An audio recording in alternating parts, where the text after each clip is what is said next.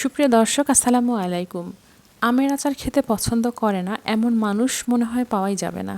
আর আমের সিজনে অবশ্যই আমের আচার তো বানিয়ে খেতেই হবে। আর এটা কত সহজেই বানানো যায় সেই রেসিপি আজকে আপনাদের সাথে শেয়ার করছি। তো চলুন রেসিপিটি দেখে নেই। এর জন্য আমি 1.5 কেজি পরিমাণ আম কুচি করে কেটে নিয়েছি, আর তার মধ্যে 1 টেবিল চামচ লবণ দিয়ে আর এর সাথে পানি দিয়ে একদম ডুবিয়ে ভিজিয়ে রাখছি। বেশিক্ষণ না, শুধুমাত্র 10 মিনিটের জন্য এটাকে ভিজিয়ে রাখছি এর টকটা বের করে দেওয়ার জন্য। দর্শক, ফিরে আসছি 10 মিনিট পর। এখন এই পানিটাকে ভালো করে নিংড়িয়ে নিতে হবে। এটা নিংড়িয়ে নেওয়া হয়ে গেছে। এখন এর মধ্যে মিশিয়ে দিচ্ছি চিনি। এখানে আমি হাফ কাপের একটু বেশি চিনি দিয়েছি। বলা যায় এখানে আমি 1.25 কাপ পরিমাণ চিনি ব্যবহার করেছি। চিনিটা দেবার পর এটাকে মাখিয়ে রেখে দিচ্ছি। দর্শক, মাখিয়ে এটাকে এক সাইড করে রেখে দিচ্ছি। তারপরে কিন্তু আমি আমার অন্য উপকরণগুলো প্রস্তুতের কাজে চলে যাচ্ছি। দেখতেই পাচ্ছেন, এটাকে মাখিয়ে রেখে দিলাম। এখন চুলায় একটি প্যান বসিয়ে দিয়েছি।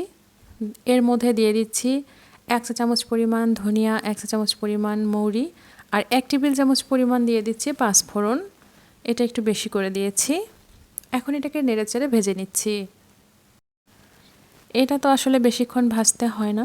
যখন এটাকে পটপট শব্দ চলে আসে তখন একটুখানি নেড়েচেড়ে দিয়েই নামিয়ে নিলেই হয়। দর্শক, আমার এই মশলাটা ভাজা হয়ে গেছে। এটাকে নামিয়ে নিয়ে তারপর আমি দিয়ে দিচ্ছি শুকনা মরিচ। শুকনা মরিচটাও এখানে মুচমুচে করে ভেজে নিতে হবে। দর্শক, মরিচটা ভাজা হয়ে গিয়েছে। এটাকে এখন তুলে রেখে দিচ্ছি।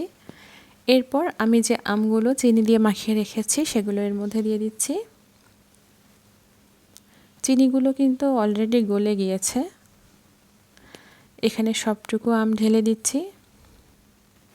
তারপরে একটুখানি সমান করে নিচ্ছি। এরপর এর মধ্যে দিয়ে দিচ্ছি হাফ চা চামচ পরিমাণ লবণ, হাফ চা চামচ পরিমাণ হলুদ গুঁড়া এবং হাফ চা চামচ পরিমাণ মরিচ গুঁড়া। এগুলো দেবার পর এগুলোকে এখন নেড়েচেড়ে নিচ্ছি। দর্শক, আমার রেসিপি যদি আপনাদের ভালো লেগে থাকে প্লিজ আমার চ্যানেলটিকে সাবস্ক্রাইব করুন এবং লাইক, কমেন্ট ও শেয়ার করুন। আর যারা অলরেডি সাবস্ক্রাইব করেছেন, থ্যাংক ইউ সো মাচ। আর যারা ফেসবুক পেজ থেকে ভিডিওটি দেখছেন তারা আমার পেজটি ফলো দিয়ে রাখুন আমার নিয়মিত ভিডিও পেতে। দর্শক, দেখতে পাচ্ছেন এটাকে এখন জাল করে নিচ্ছি। আপনারা হয়তো ভাববেন যে আমগুলো চিকন করে কেটে নেওয়ার কারণে এটা গলে যাবে, কিন্তু না, এটা কিন্তু চিনির যেটুকু পানি আছে তার মধ্যে গলে যাবে না। এটা কিন্তু লম্বা লম্বাই থেকে যাবে। তবে নাড়াচাড়ার ব্যাপারে একটু সাবধান থাকতে হবে। দর্শক, দেখতে পাচ্ছেন এখানে কিন্তু আমের কিছুটা পানি ছাড়বে এবং চিনির পানি ছাড়বে। সবটুকু পানিকেই শুকিয়ে নিতে হবে। এবং পানিটা যখন শুকিয়ে আসার উপক্রম প্রায়, তখন আমি এর মধ্যে যে মশলাগুলো ভেজে রেখেছি সেগুলো গুঁড়ো করে নিয়ে এর মধ্যে দিয়ে দিলাম।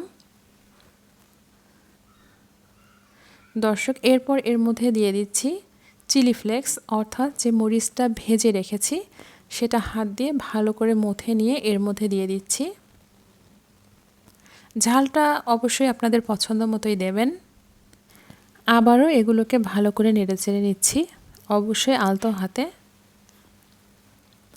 দর্শক, এই চিনি এবং আমের পানিটুকু কিন্তু শুকিয়ে এসেছে। যখন এটা ঠান্ডা হয়ে যাবে তখন এটা বেশ আলাদা আলাদা মনে হবে, একটু শক্ত শক্ত মনে হবে, একটু মনে হচ্ছে যে এখন নরম। এটা কিন্তু আমার প্রায় হয়ে গিয়েছে। দর্শক, খুবই চমৎকার টেস্ট ছিল এই আচারটার। আর কত সহজে বানানো গেল তা তো আপনারা দেখতেই পারলেন। এবারে আমি আপনাদের পরিবেশন করে দেখাচ্ছি। দর্শক, আমার রেসিপিটি যদি আপনাদের ভালো লেগে থাকে তাহলে অবশ্যই ট্রাই করবেন। আর কমেন্ট সেকশনে জানাতে ভুলবেন না এটা খেয়ে আপনাদের কতখানি ভালো লেগেছে। আবার আসবো নতুন কোনো রেসিপি নিয়ে ইনশাআল্লাহ। সুস্থ থাকুন, নিরাপদে থাকুন। এতক্ষণ সাথে থাকার জন্য ধন্যবাদ। আল্লাহ হাফেজ।